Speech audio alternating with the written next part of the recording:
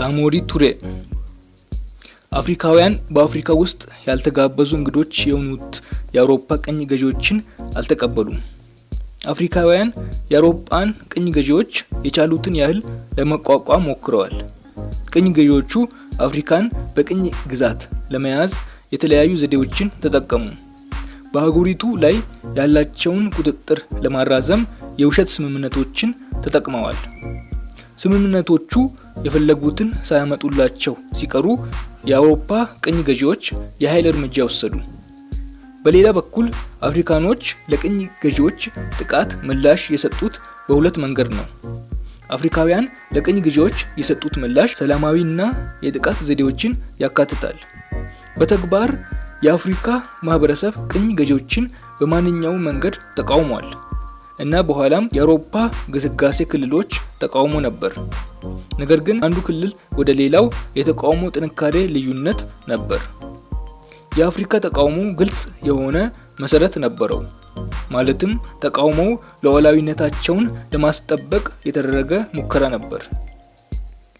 የማንዲንካ ሳሞሪ ቱሬ እንደ አውሮፓውያን አቆጣጠር በ1828 እስከ ሰኔ 2 1900 የሙስሊም ሃይማኖተኛ ሰው እና ወታደራዊ መሪ ሲሆን በአሁኑ ጊዜ በሰሜን እና በደቡብ ምስራቅ ጊኒ ውስጥ ይገኝ የነበረው ዋስ ሶሉ ኢምፓየር በመባል የሚታወቀው የኢስላሚክ ኢምፓየር መስራች በመባል ይታወቃል።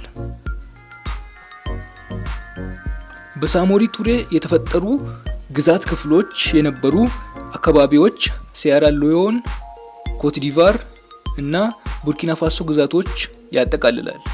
ሳሞሪ ቱሬ በ1898 ፈረንሳይ አሸንፎ እስኪይዛቸው ድረስ በምዕራብ አፍሪካ የፈረንሳይን ቅኝ አገዛዝ በጽኑ ተቃውሟል። እንደ አውሮፓውያን አቆጣጠር በ1867 ሳሞሪ በጊኒ ደጋማ ቦታዎች ሳንንኮሮ በሚባል ቦታ ላይ በአንጻራዊነት ጠንካራ የጦር ሰራዊት አዛዥ ሆነ። ሳሞሪ ቱሬ ጠንካራ እና የተረጋጋ ኢምፓየር ለመገንባት የሚረዳ በደንብ የሰለጠነ እና በትክክል የታጠቀ ሰራዊት ለመፍጠር ጠንክሮ ሰርቷል። ሳሞሪ ሰራዊቱን ለማጠናከር ከ1876 ጀምሮ በሲየራ ሊዮን ዋና ከተማ በፍሪታውን የጦር ሰራዊት ያስመጣ ነበር።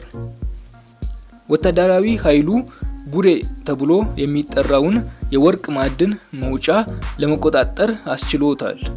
ይህም ደግሞ የሳሞሪ ቱሬ የኢኮኖሚ ጥንካሬ ጨምሯል። በ1878 ሳሞሪ ቱሬ የቢሳንዱጉ ከተማን የግዛት ዋና ከተማ አደረገ። ብዙም ሳይቆይ ከአጎራባች የቱኩለር ኢምፓየር ጋር ጠንካራ የፖለቲካ እና የንግድ ግንኙነት ፈጠረ። በ1881 ከከባድ ውጊያ በኋላ ሳሞሪ ቱሬ በላይኛው ሚሎ ወንዝ ላይ የሚገኘውን የካንካን አስፈላጊ የሆነውን የዱዩላ የንግድ ቦታ ለመቆጣጠር ችሏል። እንደ አውሮፓውያን አቆጣጠር በ1881 የዋሶሉ ኢምፓየር ግዛት ስፋት ሰፋ እና የጊኒ፣ የማሊ፣ ሲየራ ሊዮን እና ኮት ዲቫር ግዛቶችን ያጠቃልላል። በ1870ዎቹ መገባደጃ ላይ ፈረንሳይ በምዕራብ አፍሪካ ለመስፋፋት ያደረገው ሙከራ ከሳሞሪ ቱሬ ጋር በቀጥታ ግጭት ውስጥ እንዲፈጠር አድርጓቸዋል። ፈረንሳዮች በዋሶሎ ኢምፓየር ወደ ተያዙ ግዛቶች እየተስፋፉ ነበር። በ1882 መጀመሪያ ላይ የፈረንሳይ ኃይሎች የሳሞሪ ቱሬ ኃይሎች ላይ ጥቃት ጀመሩ። የእሱ ኃይሎች የፈረንሳይን ጥቃት በተሳካ ሁኔታ በመመከት ንብረታቸውን እዚያው አቆይተዋል። በዚህም ጦርነት ሳሞሪ ቱሬ ባሸነፈው የፈረንሳይ ወታደሮች ወታደራዊ ዲሲፕሊን እና የጦር መሳሪያ ጥራት ተገርመዋል። ቱሬ ጥሩ ስልጠና ለማግኘት ፈልጎ አውሮፓን ጠየቀ። በጥር 1885 ግዛቱን በብሪታንያ ጥበቃ ስር ለማድረግ ቃል ገብቶ ወደ ፍሪታውን ሲየራ ሊዮን ወደሚገኘው የብሪታንያ ቅኝ ገዢዎች መልእክተኞችን ላከ። እንግሊዞች የሳሞሪን የንጉሠ ነገሥት ግዛቱን በእነርሱ ጥበቃ ስር ለማድረግ ያቀረቡትን ጥያቄ በመቀበል ከፈረንሳይ ጋር ለመጋፈጥ ፈቃደኞች አልነበሩም። ቢሆንም እንግሊዞች ለሳሞሪ ቱሬ ዘመናዊ የጦር መሳሪያዎችን ለመሸጥ ተስማሙ። የፈረንሳይ ጦር የቡሬ የወርቅ ማዕድን ማውጫ ለመቆጣጠር በ1885 ወታደራዊ ዘመቻ ጀመረ። በወቅቱም በተሻለ ሁኔታ የታጠቁ የሳሞሪ ቱሬ ኃይሎች በተሳካ ሁኔታ መክተዋል። የፈረንሳይን ጥቃት በመቃወም የተሳካ 3 አቅጣጫ የመልሶ ማጥቃት ጀመሩ። እየሰፋ የመጣውን የፈረንሳይን ጦር ከቡሬ አስወጣ። የሳሞሪ ቱሬ ጦር በሚገባ ተደራጅቶ በእግረኛና በፈረሰኛ ቡድን ተከፍሎ ነበር። በመጋቢት 1891 የፈረንሳይ ጦር በምስራቅ ጊኒ በሳሞሪ ላይ ወታደራዊ ጥቃት ሰነዘረ። ምንም እንኳን የሳሞሪ ኃይሎች በአንዳንድ ጦርነቶች ድሎችን ቢያመጡም የፈረንሳይ ወታደሮችን ከግዛታቸው ማስወጣት አልቻሉም።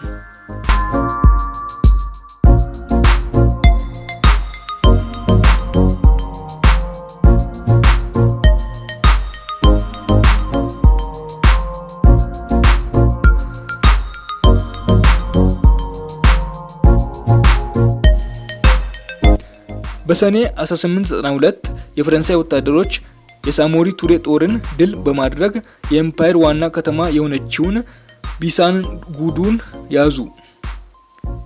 ይባስ ብሎም እንግሊዞች ለሳሞሪ የጦር መሳሪያ እና ጥይቶችን ለመሸጥ ፈቃደኛ አልሆኑም። በመጨረሻው አማራጭ ሳሞሪ ቱሬ ከጎረቤት አሻንቲ ኢምፓየር ጋር ጸረ ቅኝ ግዛት ጥምረት ፈጠረ። ነገር ግን በ1897 የብሪታንያ ወታደሮች የአሻንቲ ግዛትን ሲያሸንፉ ህብረቱ ፍሬያማ ሊሆን አልቻለም። በሚቀጥለው ዓመት ማለትም በ1898 ሳሞሪ ቱሬ የፈጠረውን ግዛት በሙሉ ማለት ይቻላል ለፈረንሳዮች አጥቶ ለማፈግፈግ ተገደደ። በመጨረሻም ሴፕቴምበር 29 1898 ሳሞሪ ቱሬ ለፈረንሳዮች እጅ ሰጠ። እናም ወደ ጋቦን ተሰደደ። እናም በሰኔ 2 1990 በምርኮ ሞተ።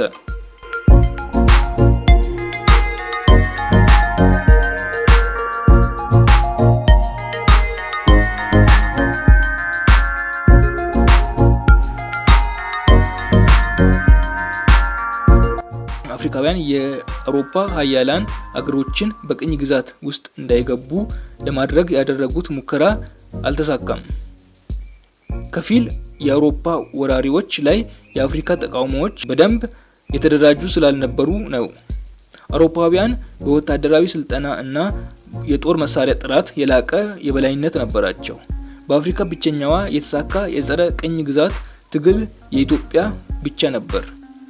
በአጼ ሚኒሊክ ዘመን ኢትዮጵያውያን በ1896 ዓ.ም በአድዋ ጦርነት ኢጣሊያንን ድል ማድረግ ችለዋል እና ኢትዮጵያ በቅኝ ግዛት ዘመን በቅኝ ግዢዎች ነፃነቷን ያገኘች ብቸኛዋ የአፍሪካ ሀገር ሆነች።